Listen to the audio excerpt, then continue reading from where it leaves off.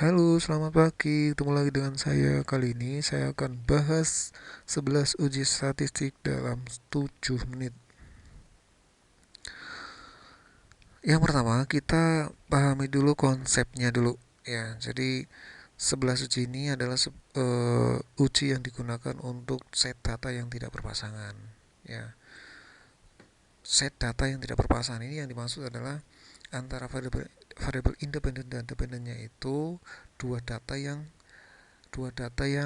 berbeda begitu. Contoh misalnya hubungan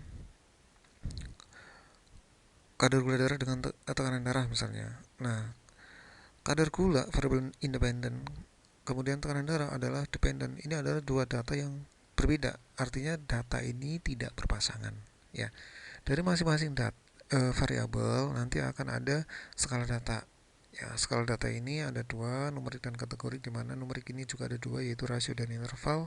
Sedangkan kategorik juga ada dua, ada ordinal sama nominal.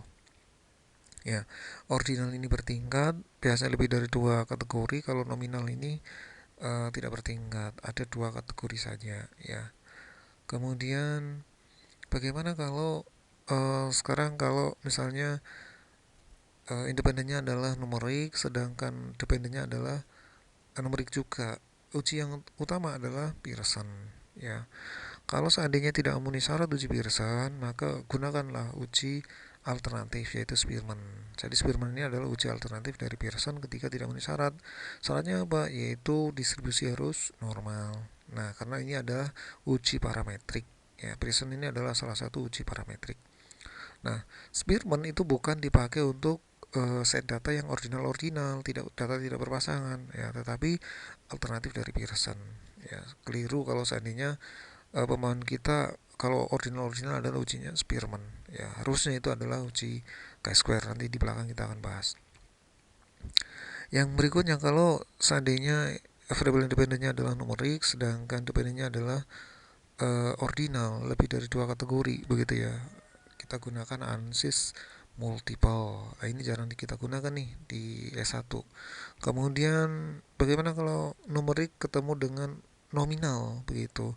Kita gunakan analisis diskriminan. Ini juga jarang kita gunakan. Ya, jarang di S1 itu jarang digunakan. Kemudian bagaimana kalau seandainya independennya adalah ordinal, dependennya adalah ordinal juga. Nah, ini tadi yang saya katakan, ini seringkali salah dalam penggunaan uji. Biasanya ya menggunakan uji Spearman, padahal bukan itu. Harusnya menggunakan uji chi-square. Ya, sekali lagi harusnya menggunakan uji chi-square. Nah, bagaimana kalau seandainya tidak memenuhi syarat? Lakukanlah penggabungan sel. Nah, setelah dilakukan penggabungan sel, baru diuji lagi menggunakan chi-square. Kalau seandainya tidak memenuhi syarat chi-square lagi, bagaimana? Pilihlah uji alternatifnya begitu. Bagaimana kalau seandainya nominal ketemu ordinal? Ya, sama uji utamanya adalah chi-square. Ya, kalau nggak memenuhi syarat baru menggunakan uji alternatif. Apa itu uji alternatif dari chi-square ketika dua dua kategori di ketemu dengan lebih dari dua kategori, ya, artinya nominal ordinal begitu. Gunakanlah uji Kolmogorov Smirnov. Ya, berikutnya kalau datanya nominal nominal, ya, independennya nominal, dependennya adalah nominal juga, sama uji utamanya juga pakai chi-square. Ya, kalau tidak memenuhi syarat artinya nilai expected count yang kurang dari 5 itu melebihi dari 20%, ya, maka gunakanlah uji alternatifnya yaitu Fisher exact, ya.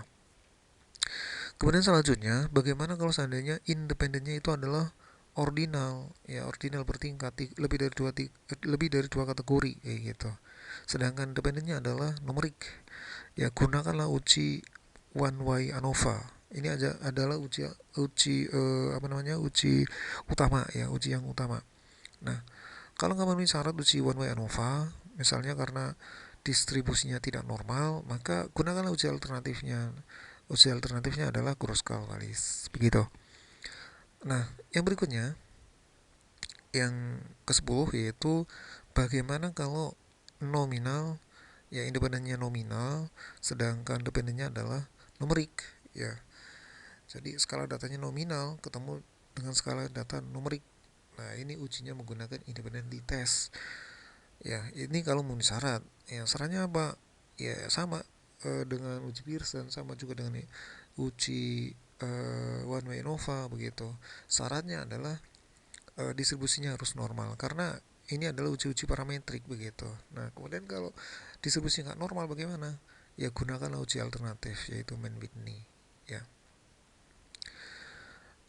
apa sih uji untuk uh, kita bagaimana sih kita tahu bahwa distribusi itu normal atau tidak ya, distribusi normal atau tidak itu bisa dianalisis menggunakan dua pendekatan, yaitu pendekatan deskriptif, juga bisa menggunakan pendekatan analitik ya. Kalau saya pribadi itu sering menggunakan pendekatan analitik karena itu lebih mudah buat saya pribadi ya. Pendekatan analitik itu bisa menggunakan dua uji, yaitu uji Kolmogorov-Smirnov, ini biasanya untuk sampel yang besar begitu ya. Ada juga yang menggunakan Sapir-Wheel, ini untuk sampel yang kecil. Nah, dikatakan distribusinya normal jika nilai p-value-nya itu yang didapat ya lebih dari 0,05 ya. Saya ulangi, lebih besar dari 0,05 itu dikatakan distribusinya normal. Kalau tidak normal berarti ya lebih kecil dari 0,05. Ini kebalikannya ketika kita melakukan uji hipotetik begitu. Nah, itu dikatakan distribusinya normal. Jadi bisa menggunakan pendekatan analitik, juga bisa menggunakan pendekatan deskriptif. Kalau pendekatan deskriptif banyak, ada yang menggunakan key plot, ada yang menggunakan scatter plot dan lain sebagainya. Ya, tapi itu kalau belum terlatih, saran saya itu menggunakan pendekatan analitik. Karena apa? Kemampuan untuk menganalisis, kemampuan untuk melihat, menganalisis sebuah gambar itu bisa bersifat subjektif, sangat sangat sangat risiko untuk subjektif ya. Jadi saya kira itu terkait dengan 11 uji statistik ya. Mudah-mudahan bermanfaat dan uh, saya akhiri. Selamat pagi, assalamualaikum.